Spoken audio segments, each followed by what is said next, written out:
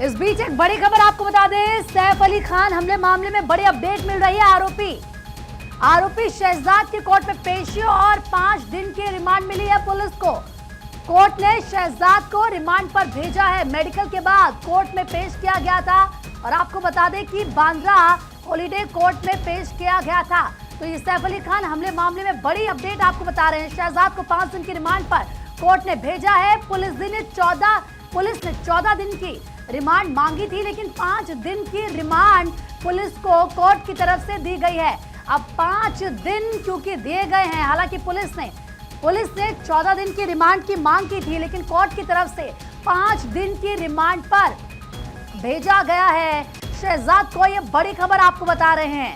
जिस तरीके से सैफ अली खान पर अटैक हुआ, उसके बाद पुलिस के लिए एक बहुत बड़ा चैलेंज था आरोपी को ढूंढना। लेकिन अब देखिए, जो आरोपी है वो पकड़ा गया है, मेडिकल करवाया गया, कोर्ट में पेश किया गया और शहजाद को 5 दिन की रिमांड पर कोर्ट ने भेजा है। पुलिस के बहुत सारे सवाल हैं, सवालों की एक लंबी फहरिस्त है जो शहजाद से पूछे जाने हैं कि क्या मंशा सिर्फ चोरी की थी या फिर कुछ और साजिश थी, क्योंकि 6 बार अटैक सैफ अली खान पर किया गया है। गंभीर चोट के निशान थे, आप जानते हैं उनकी सर्जरी भी हुई, लेकिन अब बांद्रा कोर्ट ने आरोपी को रिमांड पर भेजा। ये इस वक्त की बड़ी खबर आपको बता रहे हैं। कई टीमों का गठन किया गया, 35 टीमें बनाई गई थी आरोपी को ढूंढने के लिए। इससे पहले भी कई लोगों को हिरासत में लिया गया, जिनसे पूछताछ की गई और अब ये बड़ा अपडेट इस पूरे मामले पर आपको बता रहे हैं। ये देखना होगा कि आखिर शहजाद क्या कुछ कहता है जब सवाल उससे पूछे जाएंगे, क्या वो बताता है, क्योंकि खबर ये भी आ रही है उस पर बांग्लादेशी होने का संदेह भी है, डॉक्यूमेंट्स उसके पास नहीं है, जिसको लेकर इस तरह का संदेह किया जा रहा है। तो ये बड़ी खबर, 35 टीमें बनाई गई थी, 72 घंटे तक छानबीन हुई और आखिरकार आरोपी तक पुलिस पहुंची और अब 5 दिन की रिमांड पर शहजाद को कोर्ट ने भेजा है। यानी कि पुलिस के पास 5 दिन है। जब सवाल पुलिस शहजाद से करेगी कि क्या वो अकेला था या और भी लोग थे, हालांकि एक और शख्स बताया जा रहा है जो नीचे रैकी कर रहा था, जानकारी दे रहा था, लेकिन फिलहाल ये बड़ी अपडेट आपको हम इस वक्त की बता रहे हैं। कोर्ट की तरफ से शहजाद को 5 दिन की रिमांड पर भेजा गया है। तो अब देखना होगा कि जो सवाल पुलिस की तरफ से पूछे जाते हैं शहजाद से, वो क्या कुछ कहता है इन सवालों के जवाब में। वाकई वो वहां पर चोरी करने ही गया था या पहले से कोई और प्लान था, क्योंकि खबरें ऐसी भी थी कि रैकी की गई थी, रैकी के बाद इस वारदात को अंजाम दिया गया और इसीलिए ये कहा जा रहा है कि मंशा क्या थी, क्या कोई मास्टरमाइंड इसके पीछे हो सकता है।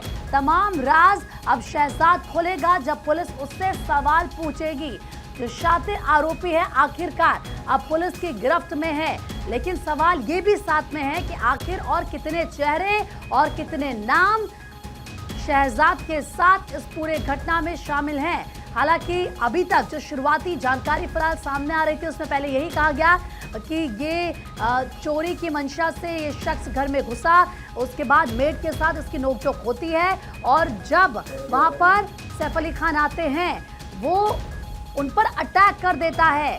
अब इसी को लेकर आरोपी शहजाद पुलिस की गिरफ्त में है और आखिरकार देखिए, पहले मेडिकल शहजाद का करवाया गया, उसके बाद कोर्ट में पेश किया गया और कोर्ट में पेश करने के बाद 14 दिन की रिमांड की मांग पुलिस की तरफ से की गई थी, लेकिन पुलिस को कोर्ट ने 5 दिन की रिमांड शहजाद की दी है।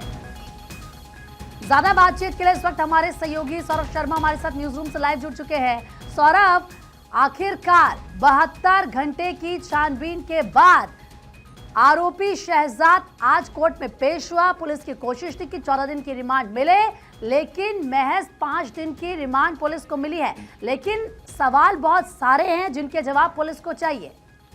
देखिए, 23 जनवरी तक पुलिस रिमांड में भेज दिया गया है। पुलिस की जो मेहनत है वो रंग लाई है, लेकिन आगे और कितनी मेहनत 5 दिनों में रंग लाएगी, क्या क्या वो उससे उगलवाएगी, क्या क्या चीज़ें सामने आएगी, ये भी एक सरप्राइज पैकेज के तौर पे देखा जा रहा है। बिकॉज क्या हुआ है अभी, क्योंकि जब उसको हिरासत में लिया गया है तो अभी भी बहुत सारी बातों पे सस्पेंस बना हुआ है। सस्पेंस ये बना हुआ है क्योंकि अभी एंगल बदला हुआ नजर आ रहा है, क्योंकि अभी बता रहे हैं कि उसके पास भारतीय दस्तावेज नहीं थे। बिल्कुल। तो उसकी एंट्री घर में सेकंड प्रायोरिटी होती है, लेकिन देश में उसकी एंट्री कैसे हुई जी। क्योंकि और वो कहाँ रहा, किसने उसको शरण दी, कौन उसको लेके आया, किसके यहाँ काम कर रहा था। हालांकि बहुत सारे सवाल अभी हैं जिसके जवाब अभी जो 5 दिन की जो कस्टडी ली गई है उसमें सामने आएंगे।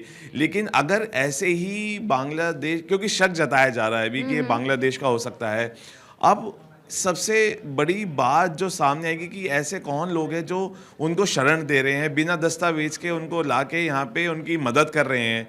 और अब आते हैं सैफ अली खान केस पे। अब सैफ अली खान केस में अगर वो पहली बार गया था तो उसको कैसे पता था कि जो फायर एस्केप सीढ़ी है वो कैसे ऊपर जा रही है, कैसे वापस आ रही है।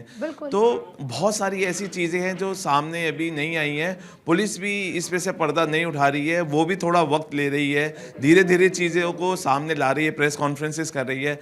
लेकिन बहुत सारी चीज़ें ऐसी अभी है जिसको लेके अभी संशय बना हुआ है। बिल्कुल सौरभ, और देखिए किस तरीके से ये हमला किया गया था, 6 बार वार सैफ अली खान पर किया गया था। अब देखिए सौरभ, कई सवाल इसके साथ ये भी खड़े हो जाते हैं कि अगर ये जो शख्स, ये जताया जा रहा है संदेह कि ये बांग्लादेशी हो सकता है, इसके पास जो वैध डॉक्यूमेंट्स थे वो नहीं है। हालांकि पुलिस इस शख्स की हिस्ट्री भी यहाँ पर खंगालने की कोशिश कर रही है, लेकिन एक चैलेंज होगा पुलिस के सामने। आप देखिए बांग्लादेशियों के खिलाफ लगातार अभियान चलाए जा रहे हैं, जो अवैध तरीके से हिंदुस्तान में घुसे हैं उनको कहीं ना कहीं वेरीफाई किया जा रहा है, उनको ढूंढा भी जा रहा है। फिलहाल सौरभ, बहुत बहुत शुक्रिया आपका तमाम जानकारी देने के लिए। फर्स्ट ऑफ ऑल मैं एक बोलना चाहता हूँ, there is a clear cut violation of 43A of the supreme court guidelines. आज कोर्ट में मुद्दा उठाया गया है कि 309 लगने वाला है BNS के हिसाब से, पर 309 एप्लीकेबल नहीं होता है। तो यहाँ पर आप लॉयर को सुन रहे थे।